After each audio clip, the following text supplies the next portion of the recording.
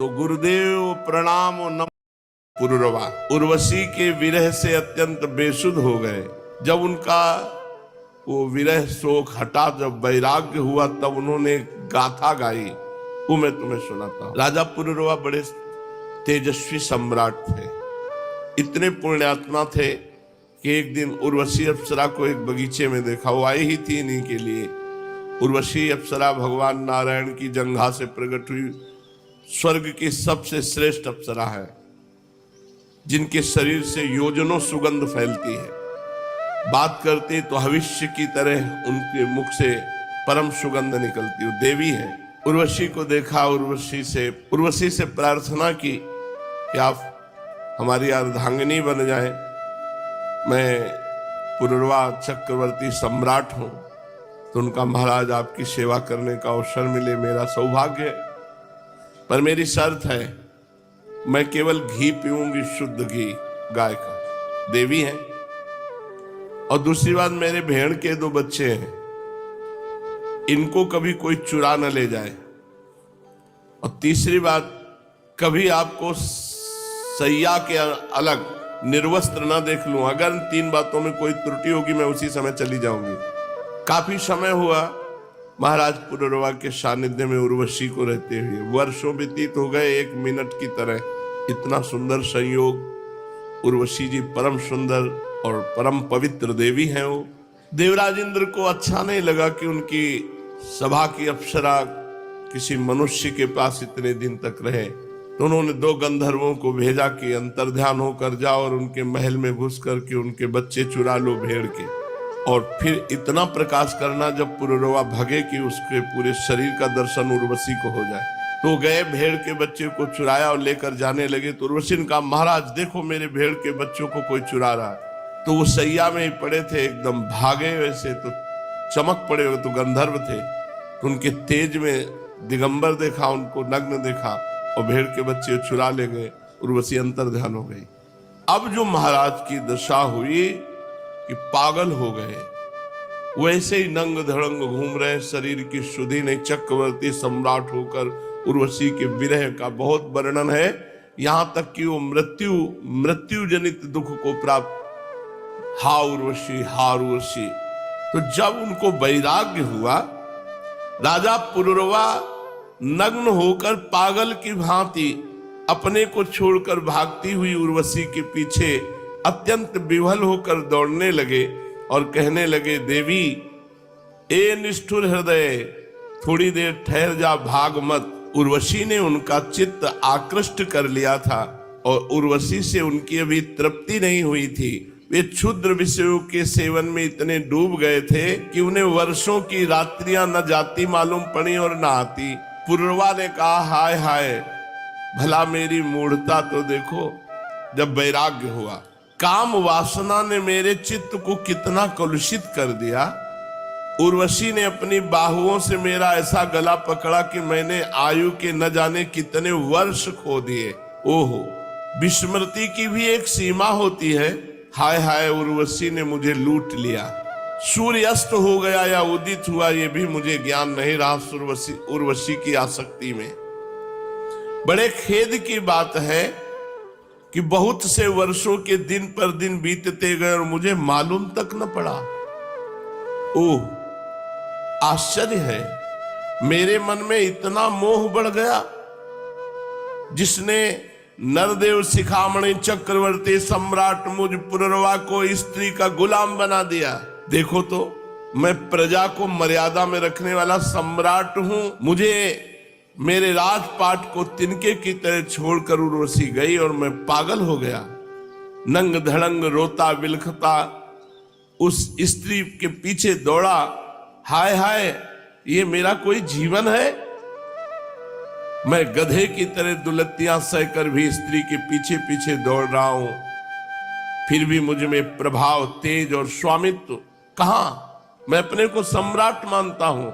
पुरुरवा ने कहा, किम विद्या किम तपसा किम त्यागेन श्रुतेन वा किम विविक्तेन मौनेन स्त्री भी यस्य मनोहृतम, जिसका मन स्त्री ने चुरा लिया उसकी विद्या व्यर्थ गई, तपस्या व्यर्थ हो गई, त्याग व्यर्थ हो गया, शास्त्र स्वाध्याय अभ्यास सब व्यर्थ हो गया।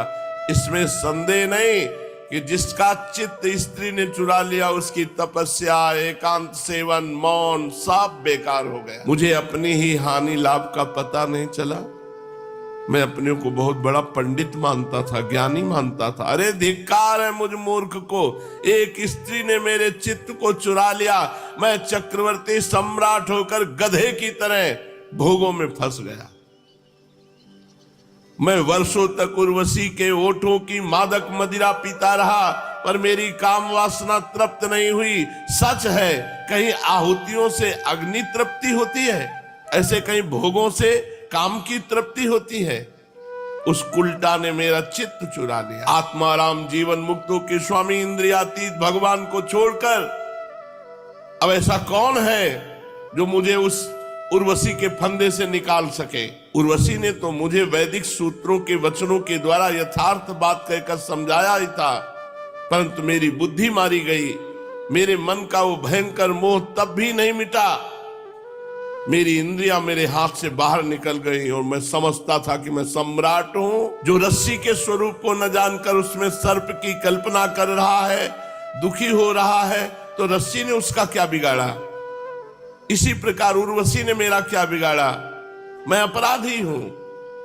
कहां तक कहूं, इस मैले कुचैले दुर्गंध से भरे अपवित्र शरीर को, ओहो कितनी सुकुमार है, कितनी पवित्र है, कितनी सुंदर है, कितनी सुगंध है, ऐसा बोला। परंतु मैंने अज्ञानवश उस असुंदर को सुंदर बोला।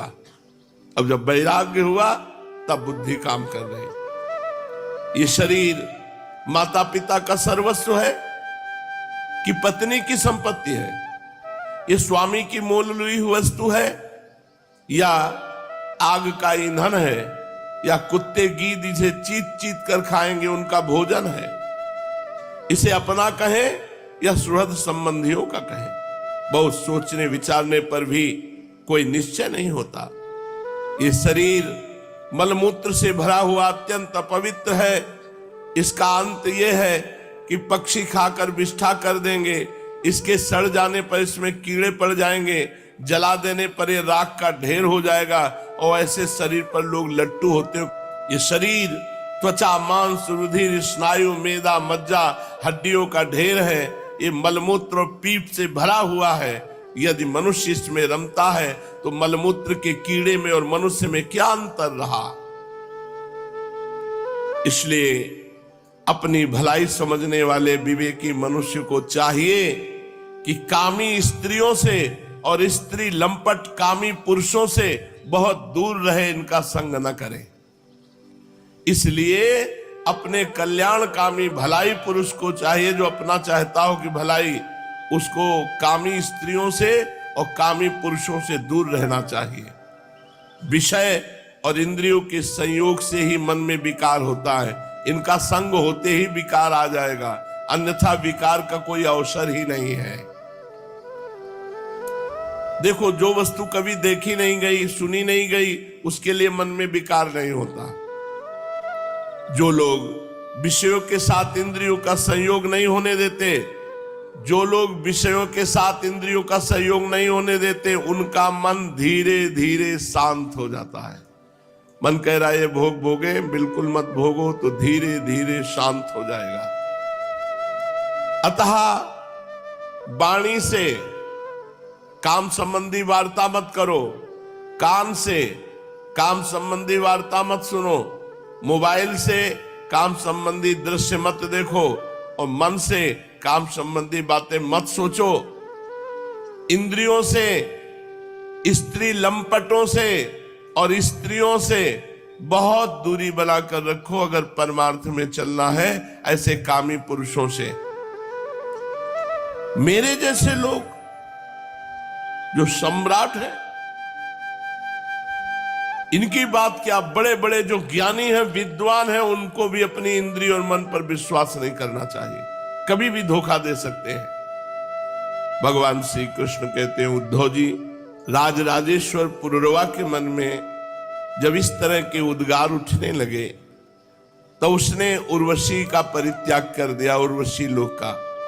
अब ज्ञानोदय होने के कारण उनका मोह जाता रहा और अपने हृदय में ही आत्मस्वरूप भगवान मेरा साक्षात्कार कर लिया और शांत होकर स्थित हो गए। इसलिए बुद्धिमान पुरुष को चाहिए कि पुरुरवा की भांति कुसंग छोड़ दे, चाहे वो कामी पुरुष हो चाहे कामी स्त्री हो, संग छोड़ दे, सत्पुरुषों का संग करे। संत पुरुष अपने सदुपदेशों से जो रही हुई वासनाएं होती हैं वो मन की आसक्ति नष्ट कर देते हैं। संत पुरुष का लक्षण है कि वो कभी किसी वस्तु की अपेक्षा नहीं रखते। संतों का चित्त मुझ में लगा रहता है। संतों के हृदय में अगाध शांति होती है, शांति का समुद्र लहराता रहता है। वे सदा सर्वदा सर्वत्र सब में सब रूप से स्थित भगवान का ही दर्शन करते हैं। संतों में अहंकार का लेश नहीं होता, संतों में ममता की संभावना नहीं होती। वे सर्दी गर्मी सुख दुख आदि द्वंद्वों से एक रस रहते हैं, इन कोई द्वंद्व का प्रभाव नहीं पड़ता। बौद्धिक मानसिक शारीरिक और परमार्थ संबंधी किसी प्रकार का वो परिग्रह भी नहीं रखते। परम भाग्यवान उद्धव जी, संतों के सौभाग्य की महिमा कौन कहे। संतों के पास तो सदा सर्वदा मेरी लीला कथाएं हुआ करती हैं। जो मेरी लीला कथाएं सुनता रहता है उसका परम हित परम मंगल होता है। मेरी लीला कथाओं का जो सुनते रहते हैं उनके हृदय के सारे पाप ताप भस्म हो जाते हैं। जो लोग आदर और श्रद्धा से मेरी लीला कथाओं का गान करते हैं, श्रवण करते हैं, अनुमोदन करते हैं, वे मेरे परायण हो जाते हैं, मेरी अनन्य प्रेममयी भक्ति को प्राप्त कर लेते हैं। उद्धव जी, मैं अनंत अचिंत कल्याण में गुण गणों का आश्रय हूं।